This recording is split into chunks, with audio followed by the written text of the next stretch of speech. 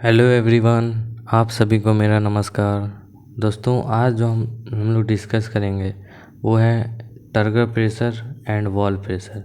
Turgor pressure और wall pressure के ऊपर ये लेक्चर होने वाला। तो स्टार्ट करने से पहले सबसे पहला मेरा क्वेश्चन है, अगर आप लोगों को पता हो तो कमेंट सेक्शन में लिख सकते हैं। व्हाट इज़ द इम्पोर्टेंस या फिर सिग्निफिकेंस ऑफ टर्गर प्रेशर। जो टर्गर प्रेशर है वो उसका सिग्निफिकेंस क्या है प्लांट्स में, ठीक है। तो चलिए स्टार्ट करते हैं। सबसे पहले हम लोग जो जानते हैं वो एक हाइड्रोस्टैटिक प्रेशर होता है। हाइड्रोस्टैटिक मतलब क्या, वाटर से लगने वाला प्रेशर, ठीक है। या फिर वाटर से लगने वाला प्रेशर पॉजिटिव भी हो सकता है, नेगेटिव भी हो सकता है। पॉजिटिव कब होगा, जब ज़्यादा वाटर घुस जाएगा तो पॉजिटिव हो जाएगा, ज़्यादा प्रेशर लगेगा। और नेगेटिव कब होगा, जब पानी कहीं से निकल जाएगा तो वहाँ पे जो पानी के वजह से ही ना प्रेशर बना, वो किसके रिस्पेक्ट में हो गया, पानी के रिस्पेक्ट में। लेकिन वो क्या नेगेटिव में चल गया, क्यों? क्योंकि पानी वहाँ से बाहर भाग गया, निकल गया, ठीक है। तो जो पॉजिटिव हाइड्रोस्टैटिक प्रेशर होता है इसी को बोलते हैं टर्गर प्रेशर। और टर्गर प्रेशर का दूसरा नाम हाइड्रोस्टैटिक प्रेशर, और इसी का दूसरा नाम प्रेशर पोटेंशियल, जिसको हम लोग डिनोट करते हैं साई पी से। और जो ये नेगेटिव हाइड्रोस्टैटिक प्रेशर बना इसको बोलते हैं टेंशन। टेंशन कब होता है, जब किसी चीज़ का कमी हो जाता है। तो यहाँ पे जो टेंशन हो रहा है ये किसके कारण हो रहा है, पानी का कमी से। और ये पानी का कमी किस में होता है, प्लाज्मोलाइज्ड सेल में। प्लाज्मोलाइज्ड सेल क्या होता है, ऐसा सेल जिसमें से पानी पूरा तरीका से बाहर निकल गया हुआ। वो कैसे निकलता है, जब उस सेल को हम लोग हाइपरटोनिक सॉल्यूशन में डालते हैं, जिसमें सॉल्यूट का कंसंट्रेशन ज़्यादा है और सॉल्वेंट का कम, ठीक है। तो अब हम लोग स्टार्ट करते हैं हाइड्रोस्टैटिक प्रेशर।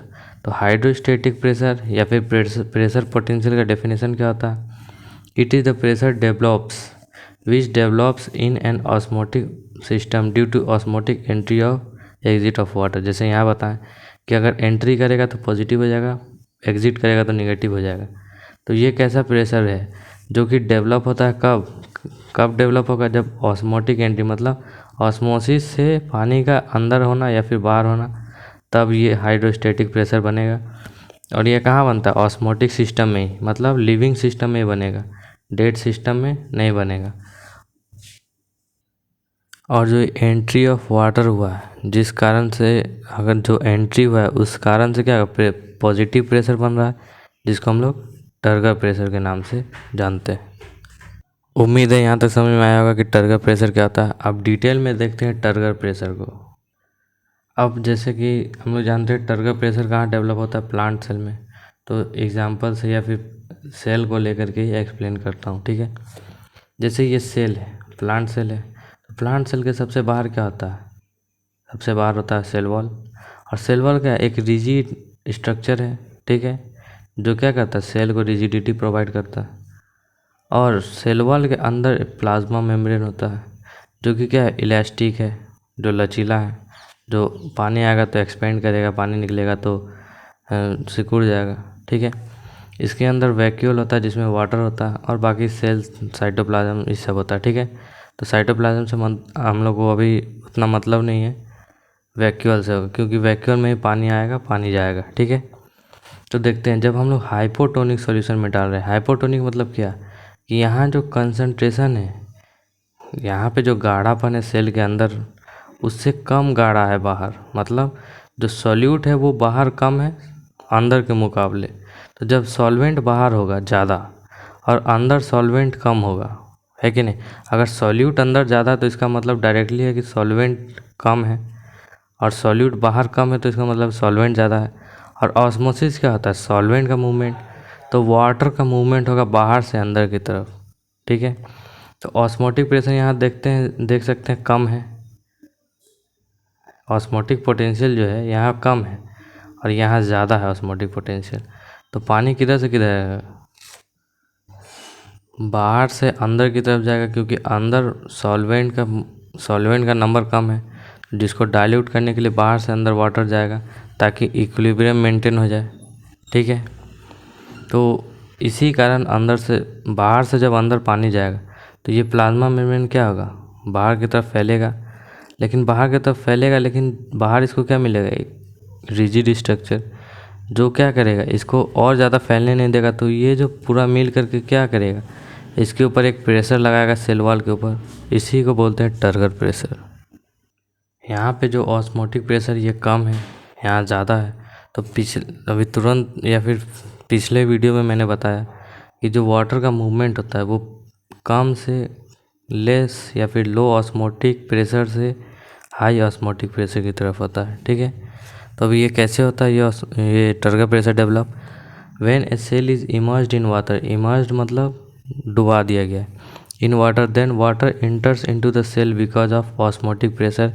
यहाँ ऑस्मोटिक प्रेशर के कारण ही सेल के अंदर पानी जा रहा, क्योंकि यहाँ पे बाहर ऑस्मोटिक प्रेशर कम है और अंदर ऑस्मोटिक प्रेशर ज़्यादा है, ठीक है।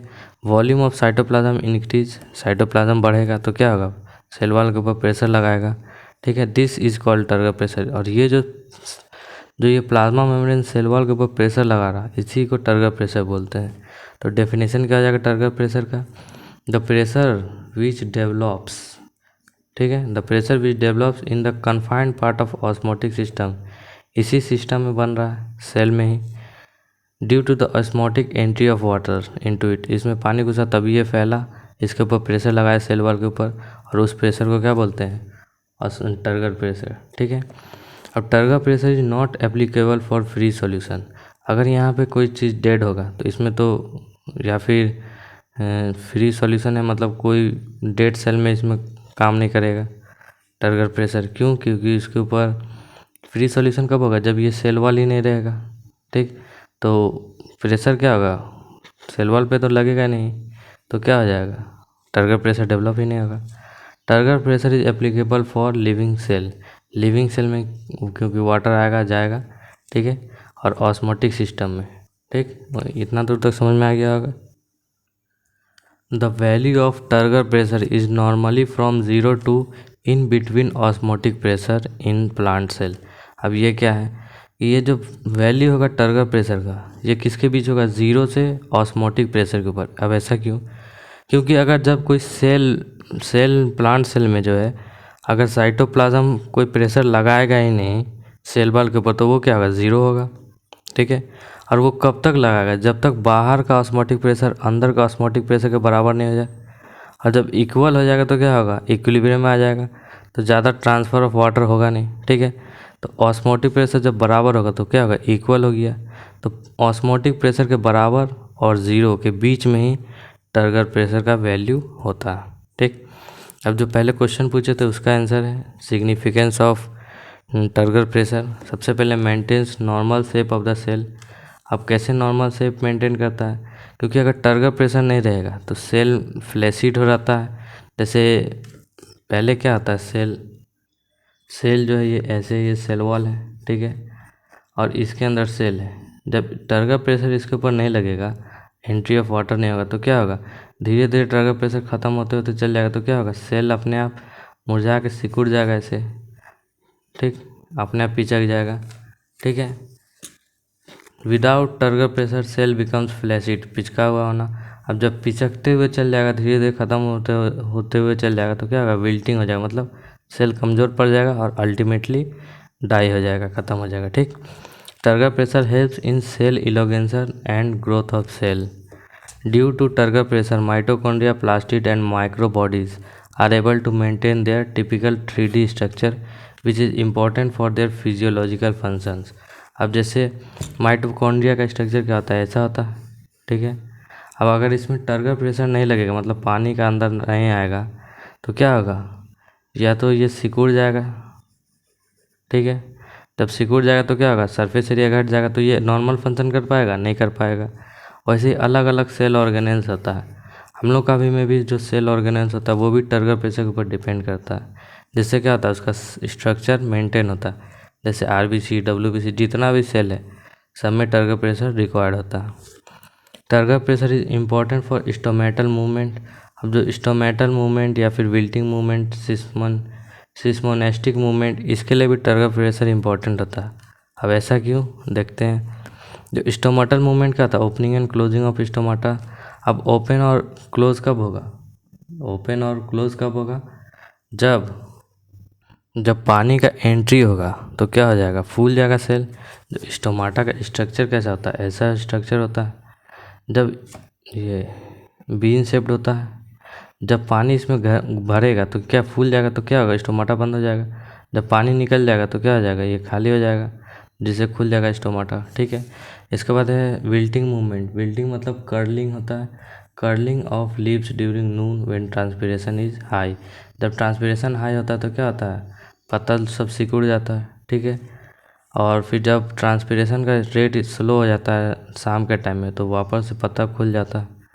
फिर सिस्मोनेस्टिक मूवमेंट, और ये जो विल्टिंग मूवमेंट का हम लोग को देखने मिलता है जब पानी का कमी हो जाता है, तभी पत्ता सब सिकुड़ जाता है, ताकि ट्रांसपिरेशन कम से कम हो, वाटर लॉस कम हो। फिर सिस्मोनेस्टिक मूवमेंट क्या होता है, जब किसी भी चीज़ को हम लोग छूते हैं तो वो क्या करता है, एक रिस्पॉन्स डेवलप करता है। जैसे छुई मुई का प्लांट जो होता है, उसको जब हम लोग पत्ता को छूते हैं तो क्या होता है, पानी लूज़ करके मुरझा जाता है। फिर बाद में धीरे धीरे जब पानी वापस आता है तो वो फिर से ठीक हो जाता है।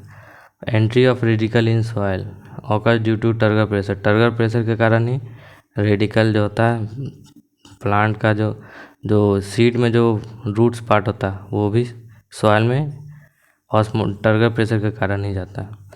अब जो एक और वर्ड था वॉल प्रेशर। अब हम लोग क्या देखते हैं, एक चीज़ जानते हैं कि न्यूटन का थर्ड लॉ ऑफ मोशन हम लोग 9-10 में भी पढ़े हैं। न्यूटन का थर्ड लॉ क्या कहता है, every action has equal and opposite reaction. जो भी एक्शन होगा उसका इक्वल एंड अपोजिट रिएक्शन होगा। तो जब ये सेल जो है, जब ये